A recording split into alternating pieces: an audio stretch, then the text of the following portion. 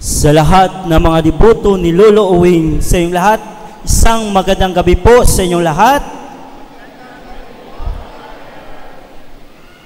Nagugutom na o naantok na? Dalawa lang yan. Kamusta po kayo? Pasalamatan natin ang Panginoon sapagkat lahat tayo, despite sa pagod galing sa trabaho, despite sa galing sa eskwela, binigyan nyo na isang oras ang Diyos para sa atin lahat. Kaya palakpakan natin ang ating Panginoon. Mga kapatid, lahat tayo'y nagtitipon-tipon ngayon bilang isang pamilya, anak ng Diyos. Bit natin ito ang ating pananampalataya, especially first Friday of the month, ang ating debosyon parang apoy, gadaba-daba.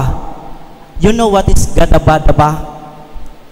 Paano ba gadaba-daba? Yung Bisaya kasi yun, yung ano ba daba-daba? Yung it's flame, no?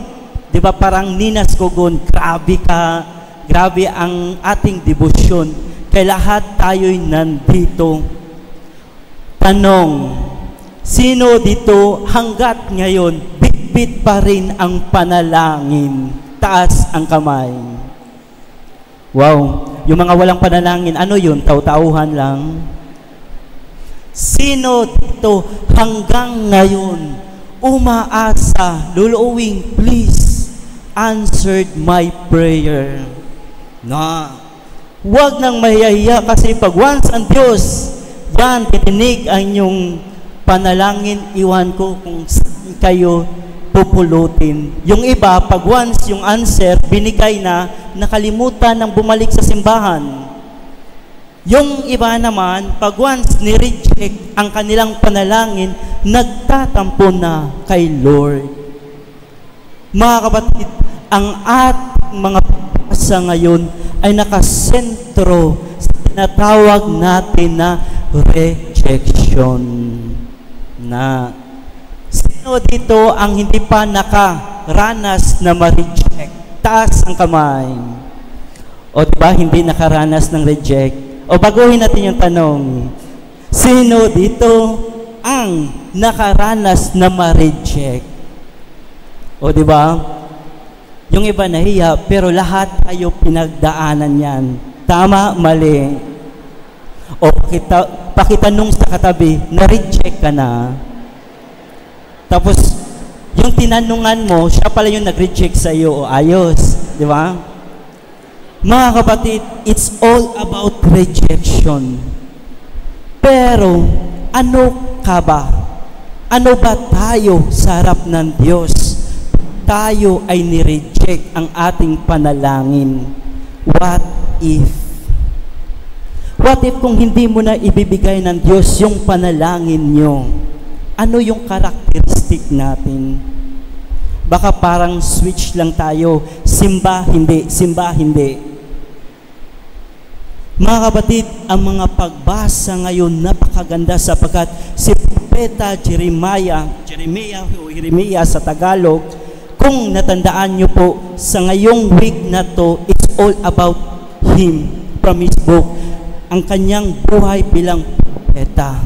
Alam naman natin si Jeremias, galing pala sa sipupunan ng kanyang nanay, siya ay pinili na ng Diyos. Pero hindi naging madali ang kanyang buhay. Bakit? Sapagkat bawat buka ng kanyang bibig, bawat pag-proclaim kung ano ang sinasabi, kung ano ang inuutos ng Diyos, ang lahat ng mga tao sa panahon niya hindi sumusunod, hindi nakikinig. Si Jesus bumalik sa kanyang bayan kung saan siya tumubo. Pero akala ni Jesus na pagbabalik siya, lahat ay welcome. Oh, welcome! Di ba? Kasi, mga kapatid, sino nagsimba nung Sunday? Taas ang kamay. Oh, di ba?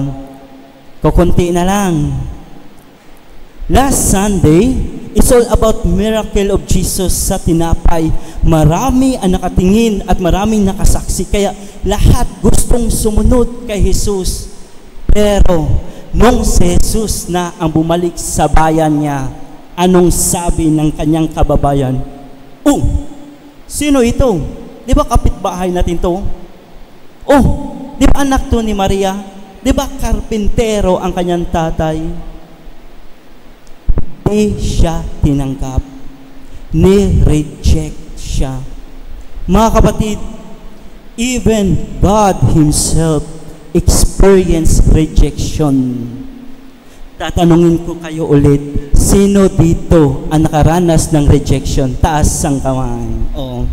Di ba, pawala lang yan ng antok, kaya tinataas ko yung kamay. Kaya alam ko yung iba natutulog, pero yung iba, hayaan mo na at least natulog sila sa piling ni Lord. Mga kapatid, even God experienced that rejection. Pero sino ba talaga ang nag-reject? Ang God o tayo? Hiling tayo ng hiling kay Lord. Lord, please baguhin niyo na po yung buhay ko. But when God sent someone or something, i-entertain niyo ba yung pinadala ni Lord? Dasal tayo ng dasal, pero pag once binigay ni Lord, kasi sometimes gusto natin ilagay sa ating standard kung ano yung basihan natin. Yung, Lord, ito yung dasal ko, dapat ito ang mangyari sa akin. Pag hindi ito, wala na. Thank you. Ito yung mahirap natin. Pilit natin pinapasok ang ating Diyos sa ating standard na tinatawag natin na human standard. Pero mga kapatid, from the start, tayo mismo ang nag-reject sa Kanya bago siya ni-reject niya tayo. Although God, kasi foul play yung pag sinabi na gin-reject ka ni Lord God did not reject each one of us. Ang ni-reject ni God yung mali natin. Kaya nga always pinaalalahanan ng Diyos, "Oops, kayong mga tao, please come back." Pag sinabing come back, balik. Yung iba kasi, wait lang po Lord, pupunta muna ako Jollibee, di ba? Pag sinabi simba, simba. Yung iba, dami pang mga bunga-bunga, sanga-sanga. Kaya mga kapatid, from the start, tayo mismo ang nag-reject bago siya. Pero wag niyo akong tingnan masama kasi yun lang ay base sa ating reflection. Pero mga kapatid, what is the beauty of our gospel today? Ano ang pinakamaganda dito sa ating mga pagbasa? In the end, even though ilang beses mo pinagtaksilan, ilang beses mo ni-reject ang God, God, love, and mercy is always there. Never niya sinerado ang simbahan, never niya sinerado ang kanyang puso, sapagkat siya always nasa krus na nakadipa. Please, anak, balik ka na. Hindi na ako nagtatampo. Kaya naman mga kapatid, lahat tayo, bumalik tayo sa Kanya. Bumalik tayo sa Kanya na bit natin itong ating panalangin. Lord, ako si Doms. Ito po ang naging buhay ko. Please pakinggan nyo ang aking panalangin. Sinong gustong bumalik na kay Lord? Taas ang kamay. Hindi pa ngayon, pero babalik lang kay Lord. Sino? Di ba? Bitbitin natin yung panalangin. Kasi in the simple way, God will always hear that cry of the people who is poor, yung pinakamababa na pinakamababa na klaseng tao.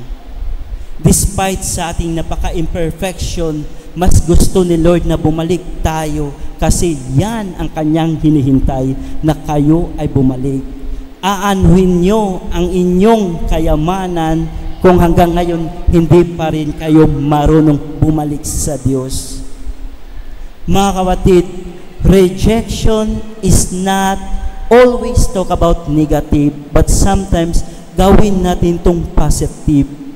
That what we call about the redirection. Balik tayo kay Lord.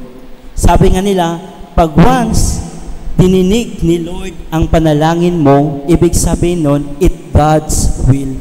Para sa'yo talaga yan. Pag once hindi pa binigay ni Lord, maybe God has a better plan for you. Tanungin mo last ang iyong katabi, may panalangin ka? Meron, wala? Meron naman, So, pakisabi, kapatid, let us pray as I pray for you. Yung iba, galit na talagang humarap sa akin eh. Magsitayo na po tayong lahat.